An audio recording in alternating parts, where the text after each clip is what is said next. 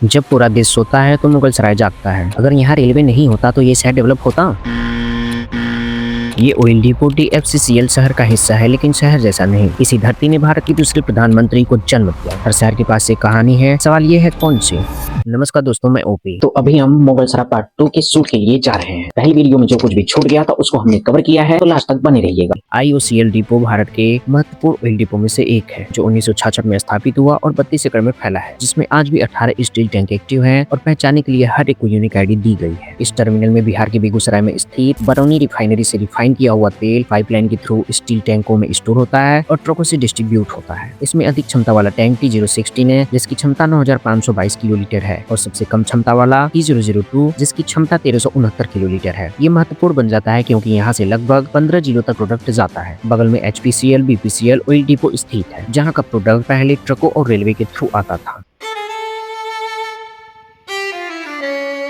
मुगल सराय में रेलवे बनने की मुख्य वजह इसकी भौगोलिक स्थिति और लोकेशन थी, जहां ब्रिटिश प्लानिंग के अनुसार पूर्वी भारत के हावड़ा जंक्शन और पश्चिमी भारत के दिल्ली जंक्शन को जोड़ने का एकमात्र केंद्र बिंदु था, जो खुला और सेफ विशेष रूप से वाराणसी के बगल में था। ये एरिया कृषि क्षेत्र, कम पॉपुलेशन की थी, इसलिए जमीन अधिग्रहण करना आसान था। उस समय ब्रिटिश पीरियड के दौरान केवल एक रेलवे ट्रैक था, जिस पर पैसेंजर और मालगाड़ियां दोनों चलती थी। लेकिन dedicated freight corridor corporation of India limited, जिसका क्षेत्रीय कार्यालय मुगल सराय में स्थित है, जो रेलवे मंत्रालय के तहत एक कंपनी है, जिसका मुख्य कार्य DFC योजना के तहत DFC नामक रेलवे ट्रैक, जिस पर केवल मालगाड़ियां चलती हैं, बनाना और रखरखाव करना है। इस कार्यालय का नियंत्रण कानपुर से लेकर बिहार के सोमनगर तक है, लेकिन पश्चिम बंगाल की डकुनी से उत्तर प्रदेश की खुर्जा तक डबल रेलवे ट्रैक बना है, जिस पर केवल मालगाड़ियां चलती हैं। सेकेंड वर्ल्ड वॉर के दौरान मुगल सराय का महत्व और बढ़ गया, क्योंकि उसी रेल के जरिए देश के कोने कोने तक सैनिक, तेल, राशन, युद्ध के सामान को पहुंचाया गया था।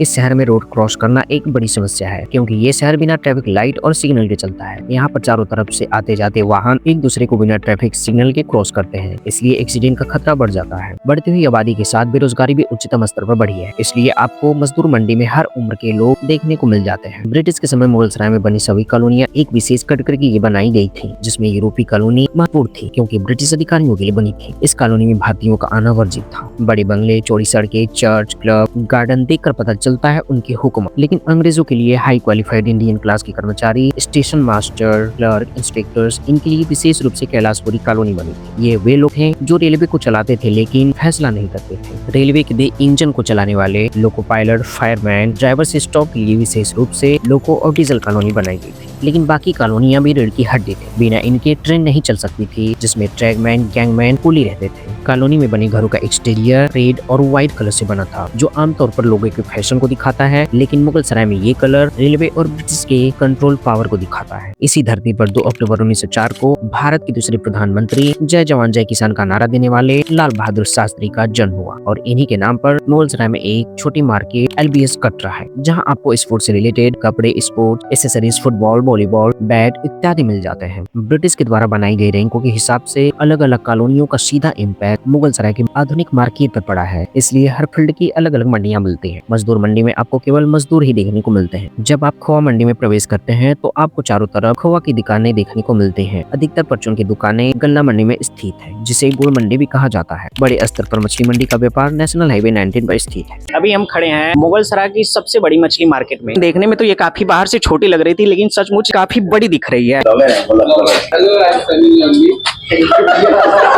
मछली मंडी में सभी लोग यहाँ मछली कहाँ कहाँ से आती है? नौगढ़ से आती है, बिहार से आती है, सारी जगह जाती है। बिहार जाती है, पटना जाती है, आजमगढ़ जाती है, कलकत्ता जाती है, मुजफ्फरनगर जाती है। सबसे बड़ी मंडी है, सबसे बड़ी मंडी। यहाँ 3 बजे मार्केट चालू जाती है और 2 बजे तक खत्म हो जाती है। यहाँ पे 26 दुकान है, रोज का 40 गाड़ी 50 गाड़ी रोज माल बिकती है। यहाँ पे एक वैरायटी नहीं 100 वैरायटी मिलती है। माल जा रही है तो इसलिए रुके हैं, नहीं तो चल जाते हैं हम लोग। ये सब माल लोड करके ले जाने वाले हैं। छोटी मंडी LBS कटरा के बगल में है। मुगल सराय 19-20वीं शताब्दी में रेलवे सेटलमेंट बना, जहाँ रेलवे के द्वारा क्वार्टर, कॉलोनी, अस्पताल, स्कूल, सड़कें आदि विकसित की गई। उस समय बिना बिजली, बिना मोटर, बिना पाइपलाइन, पानी का संसाधन केवल ये तालाब ही थे। बारिश के पानी को इकट्ठा करके डेली क्वार्टर्स, लोकोमोटिव में इस्तेमाल होता था, इसलिए हर कॉलोनी के पास अपना तालाब था। यूरोपीय तालाब, लोको तालाब, डीजल तालाब, मानस नगर का मानसरोवर तालाब रेलवे के विकास से पहले भी था, जो याद दिलाता है कि मुगल सराय केवल रेलवे टाउन नहीं, बल्कि पहले से बसा हुआ एक इलाका था, और शहर की पहचान रेलवे से पहले भी थी। फटे और इकट्ठे हुए टायर को देखकर ट्रांसपोर्टेशन का अंदाजा लगा सकते हैं। आपको चारों तरफ केवल ट्रकें चलती हुई मिलेंगी, चाहे कोयला मंडी फैक्ट्री की हो या ऑयल डिपो की, क्योंकि ये शहर व्यापारी केंद्र बन चुका है। रामदास गुप्ता एंड सन्स जो कपड़े का व्यापार करती है 1980 के दशक में स्थापित हुई और आज भी संचालित होती है। शहर की सबसे पुरानी दुकानों में से एक है। यूपी की सड़कों पर पशुओं का घूमना आम बात है। इसे हटाने पर आप पर कार्रवाई की जा सकती है। मुगल सराय में हर सोमवार को एक अलग से बड़ी मार्केट लगाई जाती है, मीना बाजार, जहां आपको सस्ते दाम पर हर घरेलू सामान उपलब्ध होते हैं। ये मार्केट मजदूरों और महिलाओं की जान होती है। क्या इस शहर का नाम लाल बहादुर शास्त्री के नाम पर होना चाहिए? कमेंट बॉक्स में जरूर बताएं।